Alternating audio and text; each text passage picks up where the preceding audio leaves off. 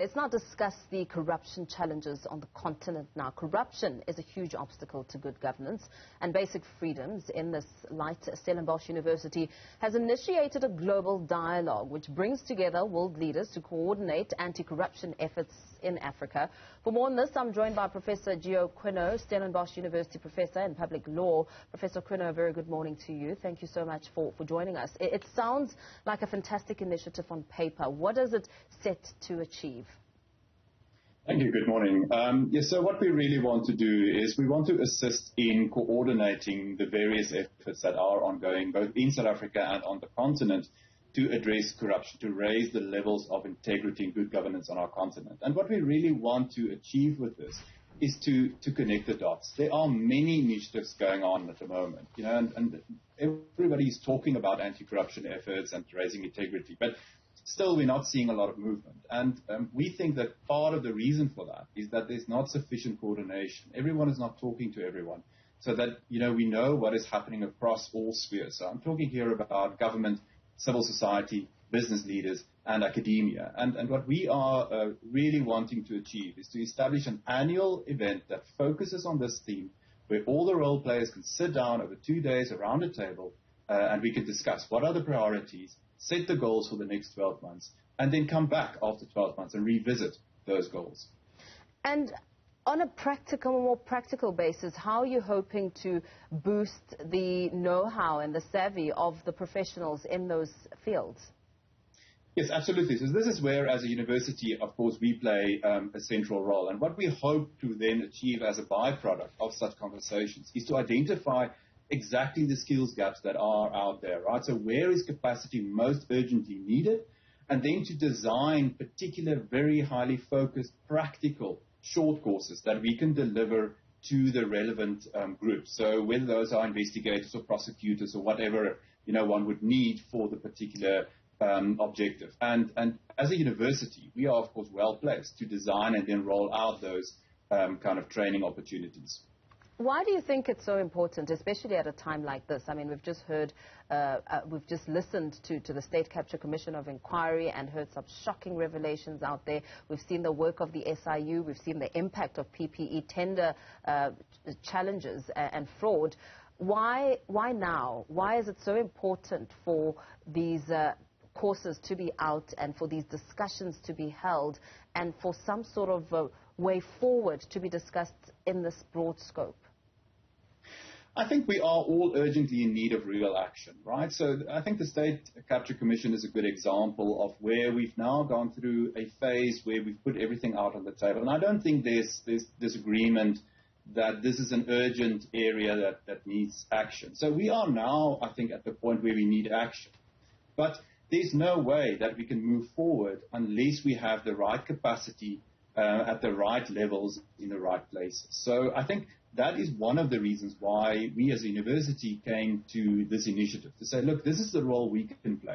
But to do so meaningfully, we need to engage with everyone and to hear what are the needs, where do we need more capacity? That's a role we can play. So I think it's because we are at the point where we need to see more action. So again, let's refer to the State Capture Commission. Now that we are nearing the end of that process and we'll have the report, one would hope that there will be increased prosecutions. Many of our agencies have done really well over the last year or two in asset forfeiture, for example. And those kind of actions, I think, need to gain traction. We need to see much more of that. But then also, it's not just a South African issue, and that's very important.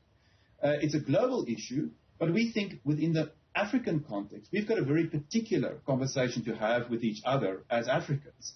And to think about how can we on the continent strengthen real actions, put money, resources behind real action so that we can increase integrity levels. And I think that's why we are at this moment. In efforts to increase integrity levels, you speak of professionals in the space coming together to table solutions, but what about the actual agencies themselves and the government officials who are essentially running the country and are really seeing the gaps and having to fall victim to some of these challenges? What about them? How will they be involved? How are you thinking of involving and incorporating them in these roles? They are key stakeholders. There's no doubt about it. So when we say that we want to involve government, we very much include the entire public sector. So administrators, senior administrators as well. There's no way that we can successfully drive this process without having the DGs and the directors, etc., around the table. And then once one start to implement, those officials, I think, would be the first target group that one would try and identify within particular sectors, particular groups, and work on capacity development, skills development within those areas. And whether those are people that are already in positions and we can strengthen their capacity, their skills by offering more training, bringing in new techniques, world-class ways of doing things, or where there are skills gaps, capacity gaps in the sense of an agency not having the right kind of people, the right kind of positions. I think there one would then want to play a role to define what those positions are, to train people to be appointed into those positions. So absolutely, these agencies, they are key role players, and what we want to do is to really strengthen their hand. And some of these subject matter experts will be important, of course, in driving this project. Who are you going to involve, and also perhaps talk to some of the target dates that you're looking at, especially as we go into the new year? Yes, so this is a very broad forum, right? So the very essence of what we're talking about here is to have as broad a forum as possible because we want to connect the dots. So you can really think of any agency, if you want to talk about public sector, that's working in the broader anti-corruption integrity space. All of them we will be reaching out to. We will want to actually have, the entire spectrum around the table. And I think in South Africa lately we've seen how bringing a coordination between different agencies really brings success, and that's exactly what we want to do.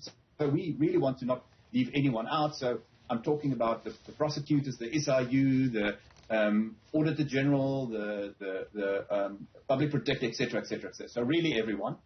And then talking to dates, we are hoping to, now that we've announced what we want to do, start to talk high-level government officials to get the South African government firstly involved, to get their principled support. And then as soon as we've got at the highest level those kind of support, we will also at the same time talk to heads of agencies.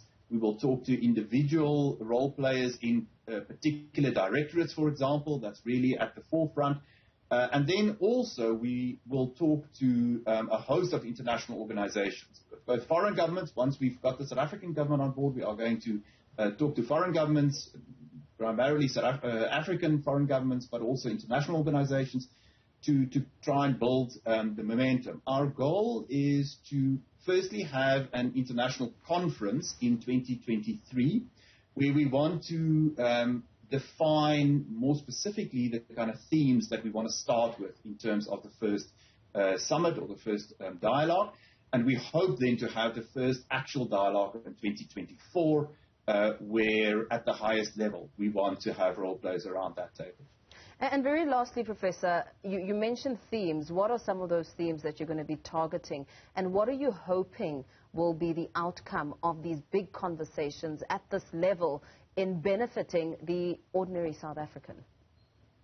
Right, so at the broadest level, the themes are improving integrity, good governance, and the rule of law in Africa. We are specifically focusing at this stage on anti-corruption, good governance, that's mostly public sector good governance, and then also rules around conflict, humanitarian law, because we know on our continent those rules play key roles in many areas on our continent. So those are the main themes, and of those, of course, the most practical, immediate one is the anti-corruption theme. I think that will be one of the primary considerations in our initial discussions. And then what do we want to achieve? Well, we really just want to strengthen our entire society's ability to raise level of integrity. That, for us, that is the key. So for the ordinary South African, we want to strengthen that person's ability to firstly be a part of, but also to live in a society where we've got high levels of trust in everyone wielding power, taking decisions that's got an impact on our daily lives. So, for example, in the public sector, we must have utmost faith in those that take decisions on how to spend public funds, that those funds will be spent in the most optimal way to achieve development, and that not a cent will go wasted in terms of corruption or other forms of malfeasance. And that's really what we want to deliver in terms of improving our society. And we know then from that flows a whole host of developmental objectives and advantages for the ordinary citizen on the ground. Professor Quinot, thank you so much for your time and breaking down that for us, speaking to the Global Dialogue event, which will bring together world leaders to coordinate anti-corruption and integrity efforts in Africa.